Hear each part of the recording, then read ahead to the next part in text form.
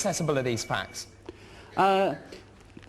Fairly accessible. It was interesting that the name Mary Millington as Turpin's wife has been around since the 19th century in the chapbooks. So certainly you could argue it was accessible from that, and that it's picking up on an oral tradition. I've got something's happening. I've got to go back to Yvette. Okay, stand by.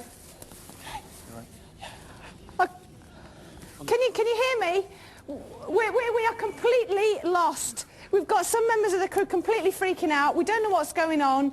Some things have just touched one member of the crew. Ross, oh, Ross, calm down, Ross! Are you all right?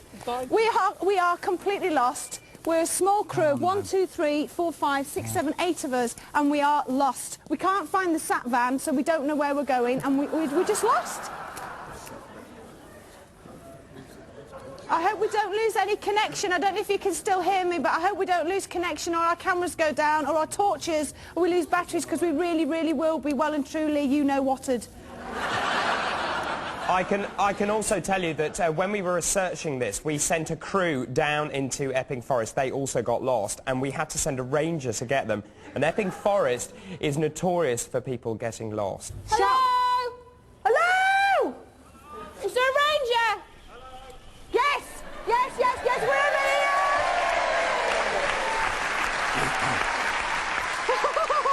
God, are we so pleased to see you?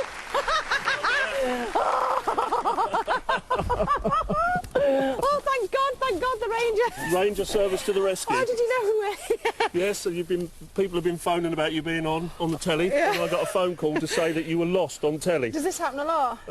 Quite often, but not quite as strange as this. Well, I tell you what, we have heard some strange stuff going on here, and we thought, you know, that maybe there was somebody messing about. We've heard footsteps, movement, things being thrown at us. It's not been nice at all. It's not been nice at all. All sorts of funny things go on in here, I'll tell you. I know. Well, we'll make our way back, David, slowly but surely with the help of Keith. Do you know your way? Hold on a second. The audience at home... go on. The audience at home at 53% has voted to send you into the forest again.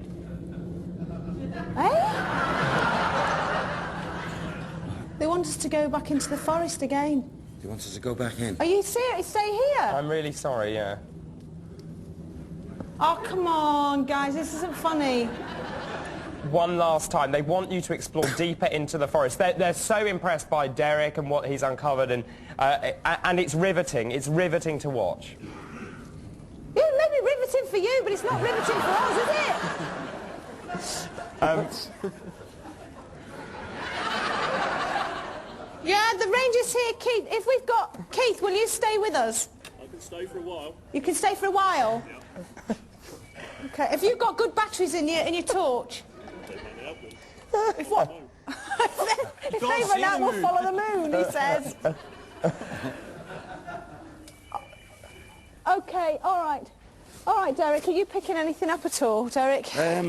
Or do you want a few minutes just to kind of... Just a couple of minutes. Do you want to go back further in that way now that I feel a bit better now we've got Keith in? But there was something, I tell you, we've all witnessed something happening here. Yes. There's definitely something here. Yeah. It was that, do you know, it was that bad that we honestly thought there were people messing about. It was so active. Yeah. I mean, it was happening, you know, within seconds of each other.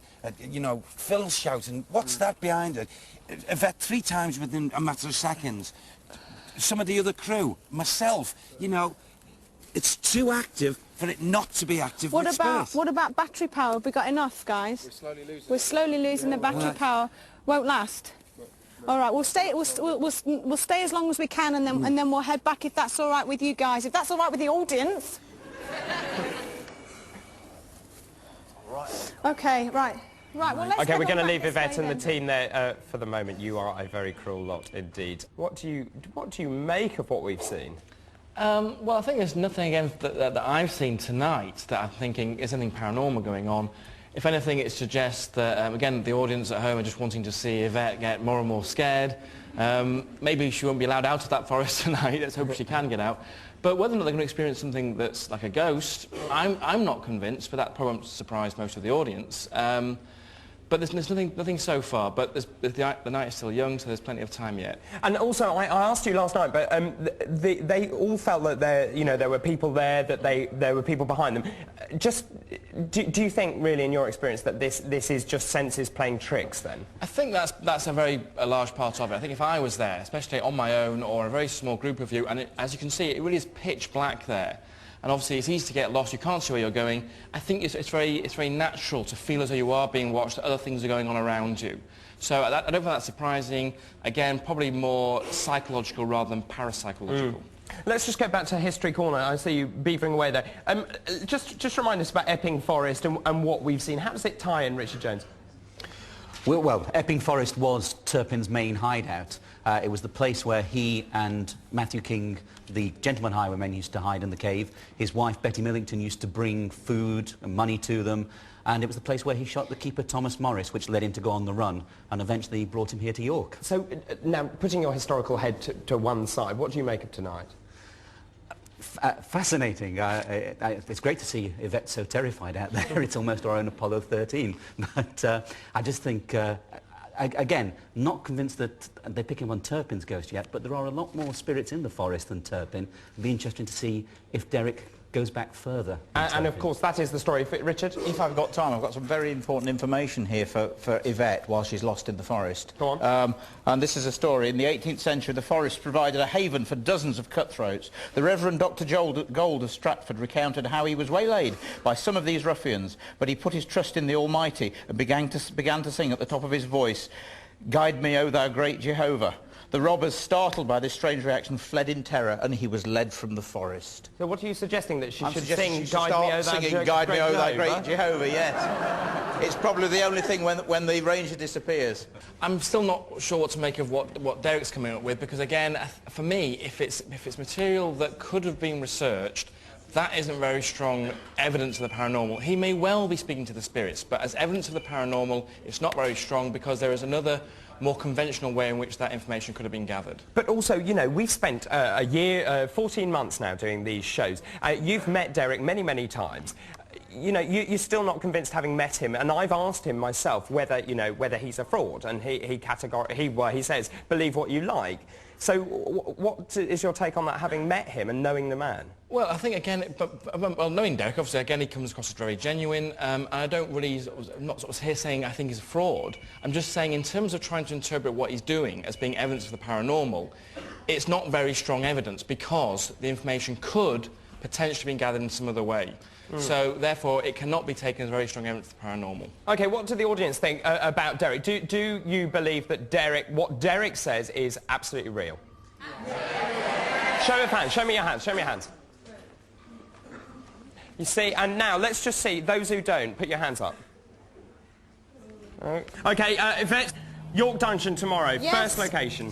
Yes, I've just heard that we are, in fact, going to York Dungeon, and I have to say that today has finished me off completely. Talk about walking round haunted woods. This is a glamour of TV. Anyway, York Dungeons, here we come tomorrow. We're going to get in cars now and make our way over to York. And I've got trench foot. I don't know about you. Well, just so surfed, yeah. How are you feeling? My big toe's frozen. I'd just like to say, from everybody, we're all thoroughly exhausted. We've had a great time, even though it's been really scary. There's something definitely weird going on in Epping, I nearly said. Epping Woods. I've lost it completely. My brain is addled. I've had enough, and I want to go home for a cup of tea.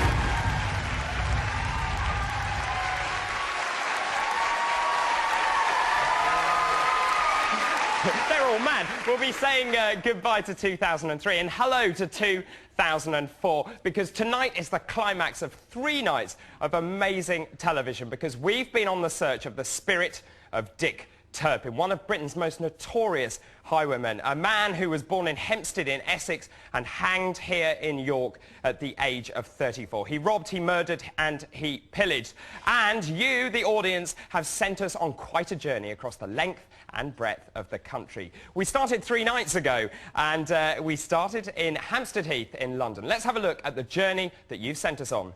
Now, here's the map that we started with. We started in northwest London at Hampstead Heath. You made us search the Spaniards Inn, a Dick Turpin hideout, and then you sent us 27 miles across London to Epping Forest. And last night, you sent the team 200 miles up to York, to the place where Turpin was hanged until he was dead.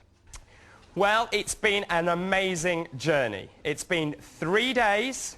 We started in Hampstead, we went to the Spaniards Inn, we went to Epping Forest. We've travelled 227 miles searching for the spirit of Dick Turpin. And now I'm absolutely delighted to announce to you, ladies and gentlemen, please will you welcome, as they enter York Racecourse, please will you welcome Yvette Fielding and Derek Acora.